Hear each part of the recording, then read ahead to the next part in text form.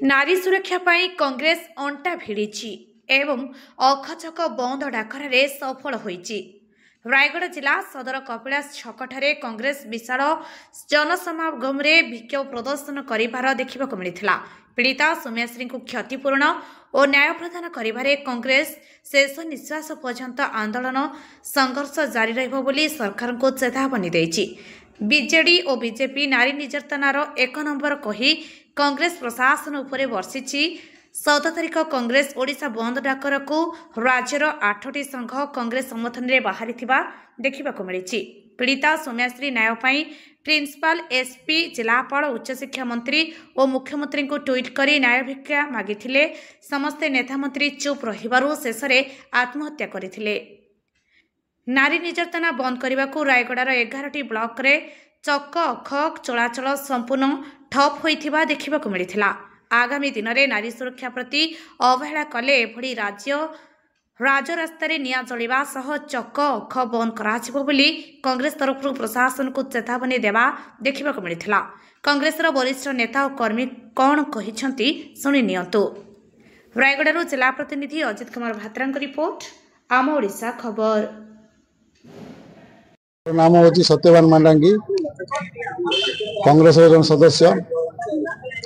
आज आम रायगढ़ जिले में सकाल 6 रु संध्या 6 जाए बंद डाकरा दि जाकि आमर सौम्यश्री ओडिशार जड़े जो कॉलेज छात्री से भौणी जो प्रकार निर्यातना पाई ताहाकू आमे विरोध करी आज प्रदेश कांग्रेस कमिटी प्रदेश कांग्रेस सभापति भक्त दासंकर निर्देश क्रमे आज आम ओडिशा बंद डाकरा दि जाती। संगे आज आम 6टारू वर्तमान जाए आम प्रत्येक गलीकंदी बुली सब ऑफिस बाजार दुकान सब बंद करूँ।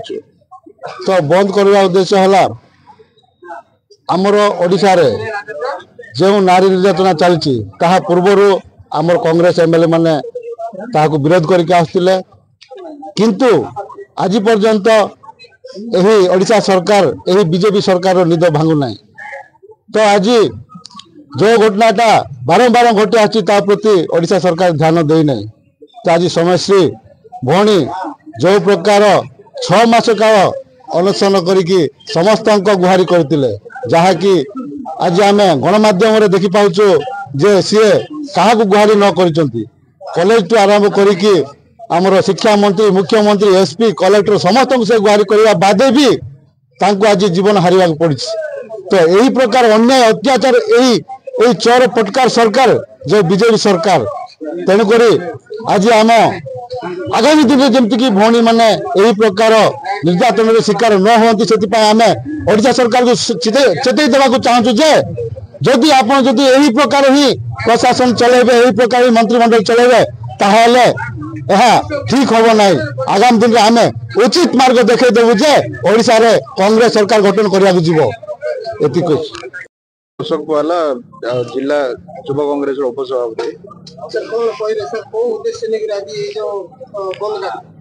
देखु आज जो सौम्यश्री जो एफएम कॉलेज छात्री न्याय दाबी आमर पीसीसी निर्देश क्रमे सारा ओडिशा रे आज बंद पालन करा जाउछि। सौम्यश्री जो एफएम कॉलेज रे पाठ पढ़ुथिले पाठ पढ़िया समय जो लेक्चर द्वारा जो निर्यातित होउथिले निर्यातित हेबा बाद से समस्त को गुहारी करथिले न्याय पे। कॉलेज अध्यक्ष ठारू मंत्री ठारू मुख्यमंत्री को समस्त को गुहारी जणाइथिले, केही भी तार माने न्याय देवा को माने न्याय दे पारिले नै। बीजेपी सरकार एवं एबीपी सरकार एबीपी स्टूडेंट विंग मध्ये तांको न्याय दे पाले तांको निज सरकार थाई भी ता गोटे लज्जाजनक विषय अटे। देखो जिते बेले घटना घटला तो राज्य सरकार पूरा तत्पर सहकारी उक्त विद्यालय प्रिंसिपाल जो जो कर्मचारी माने अछंती माने भागीदार अछंती समस्त चाकरी निलंबित करबा से किछि जण व्यक्ति विशेष को जेल भी पठाई जाउ मृत्यु परिवार को सहित राशि रे घटना करते सर ए भितरे आप कोन कहबे। देखंतु जीवन चली गला परे जो सहायता देले तार माने कोनसी मूल्यहीन सेतपय जेते तांको टंका दिया देल जो 20 लाख टका तो दिया कौन प्रकार न्याय दे पारे ना। आम चाहूँ 20 लाख बाद 50 लाख टका क्षतिपूरण दि जाऊ आउ परिवार को गोटे न्याय दि जाऊ जदि न्याय जदि नियम मिल आगामी दिन में बीजेपी सरकार विरोध में आम निश्चय राजरास्ता लड़ाई जारी रही सारा राज्य रे हमर मान्यवर प्रदेश कांग्रेस कमिटी सभापति डाकरा कर्मे आज सारा ओडिशा को आम बंद पालन करूँ। आपण जानिथिबे सरकार महिला मानक सुरक्षा दे पारना माँ भौणी को सुरक्षा दे पारना।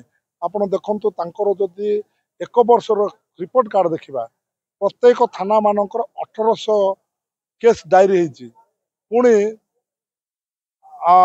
गैंग रेप किडनैप एवं मर्डर होती जदि ए सरकार जदि माँ भौणी को जदि सुरक्षा दे था आज हेपएम कॉलेज रो सौम्यश्री बीसी आज मृत्युवरण करना था से समस्त पाखे गुहार कर न्याय मानवर मुख्यमंत्री पाखक एवं मानवर शिक्षा उच्च शिक्षा मंत्री पाखक एवं मानवर स्थानीय सांसद पाखक किंतु आज से न्याय पाई पारला ना ट्वीट को न्याय न पाई पार से बाध्य होकर आत्महत्या करके मृत्युवरण कला यही विषय सरकार को इस्तीफा देवार आवश्यकता अच्छी आउ देख आम गत विधानसभा ही आम 14 विधायक दाबी करूँ कौन गृह कमिटी गोटे गठन करा जाओ एवं महिला बोलिक स्वतंत्र गोटे आईन गोटे तैयारी करा जाओ किंतु सरकार शुणी नथिले आम मान को 7 दिन सस्पेंड करते